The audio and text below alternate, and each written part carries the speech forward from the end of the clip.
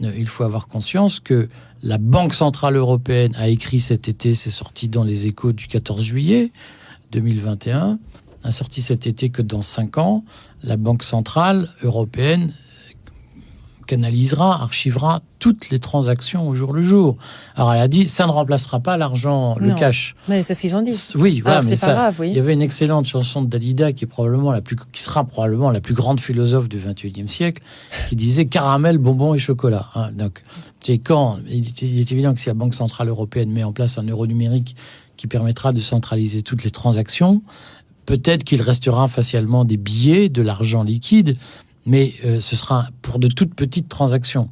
La Banque Centrale Européenne a d'ores et déjà indiqué qu'au-delà de 3 000 euros stockés sur un compte en banque, elle écrêtera ou elle imposera des pénalités puisqu'elle considérera que les gens ne doivent pas détenir trop d'argent liquide. Alors, il y a une raison à cela, puisque je vois que vous êtes interrogative.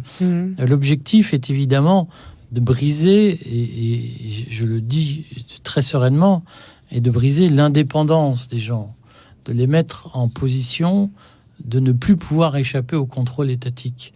Et vous comprenez, si vous avez 3 millions sur votre compte en banque, vous pouvez dire, je me laisse suspendre, je refuse les vaccins, j'ai de quoi tenir un certain temps avant d'être pauvre.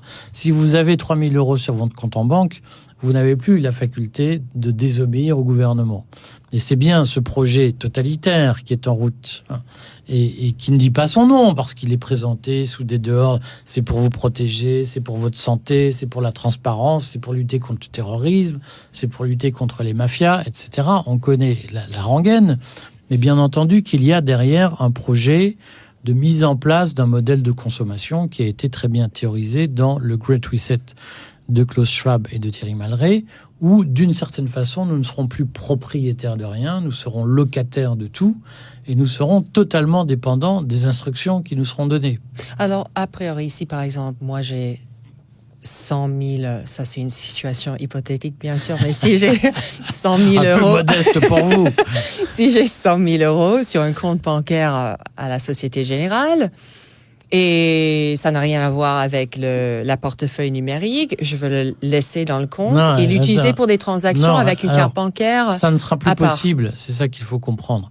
Mais on aurait dû faire une émission sur l'euro numérique, puisque je vois que ça vous... Oui. Ça ne sera plus possible, parce que l'euro numérique sera comme le bitcoin. C'est-à-dire qu'il y a un nombre limité de bitcoins. Chaque bitcoin est numéroté. Et les ordinateurs savent qui, historiquement, les a achetés, qui les a échangés. L'euro numérique, ce sera la même chose. Il y aura un nombre limité d'euros numériques qui vous permettront de faire des transactions. Et les ordinateurs de la Banque Centrale Européenne sauront entre les mains de qui ces euros sont passés.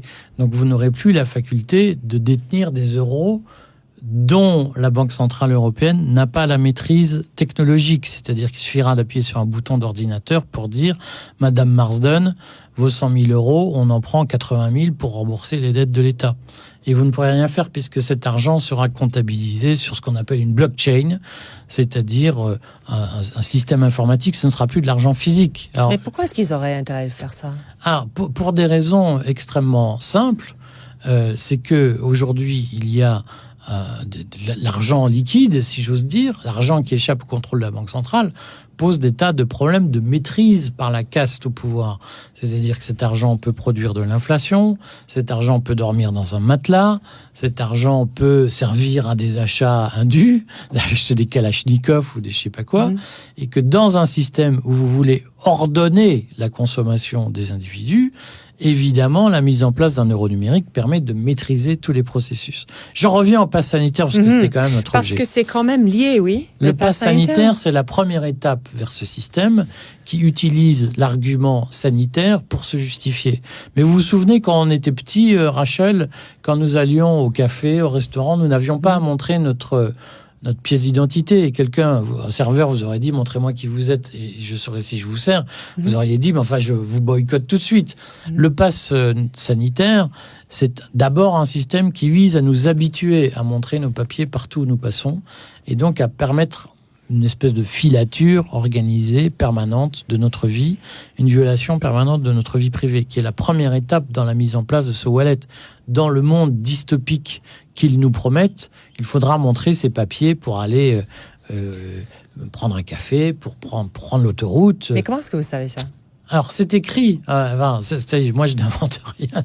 Et ce n'est pas écrit sur des sites complotistes. Enfin, si, c'est écrit sur un dangereux site complotiste qui est tenu par une dangereuse entreprise complotiste qui s'appelle Thales, qui est quand même une entreprise de fabricant d'armes, qui a créé une unité spéciale identité numérique. On va l'appeler comme ça, avec une filiale qui s'appelle Idemia, sur laquelle on pourrait longuement discuter le moment venu, si Idemia le souhaitait. Et donc Thales a publié récemment sur l'un de ses blogs une description de ce que sera l'identité numérique de demain, et qui écrit que le pass sanitaire, les gens sont très heureux de l'avoir, que le pass sanitaire est la première étape de la construction d'une identité numérique à travers un wallet qui se terminera par des moyens de paiement. Donc le projet industriel, vous comprenez, on ne crée pas ça, on ne crée pas un pass sanitaire, on ne crée pas des machines à lire des QR codes sans être sûr que l'investissement sera durable et sans être dans un cadre politique et industriel complet et assuré. Et donc Thales fait partie des grands acteurs industriels qui se positionnent sur ce marché futur, qui sera un marché colossal, qui passera par la reconnaissance faciale. Alors je vous signale qu'en Chine, par exemple, dans les campagnes, il est prévu que les paysans payent leurs impôts après une procédure de reconnaissance faciale. Parce que c'est vrai que les Chinois, paraît-il, sont mauvais payeurs, payent pas leurs dettes, payent pas leurs impôts, etc. Ils pourraient être français, au fond. Et donc, il est prévu que dans les campagnes où l'identité est mal assurée, on utilise la reconnaissance faciale pour reconnaître les paysans chinois. Il y a un taux d'efficacité de la reconnaissance faciale qui est entre 80 et 95% aujourd'hui. Il y a un enjeu technologique colossal derrière. Donc, vous vous doutez bien que quand Thales développe un projet industriel d'identité numérique, c'est pas pour que ça dure 3 mois. Donc, il y aura derrière des pressions politiques pour que le pass sanitaire soit un prélude, une mise en bouche vers un système beaucoup plus durable. Alors, c'est quoi le lien actuel entre Thales et l'État français, les hommes politiques, Emmanuel Macron, Olivier Véran, les gens qui gèrent la crise sanitaire? Est-ce qu'il y a des liens? Est-ce qu'ils sont au courant que ça pourrait être l'objectif ultime?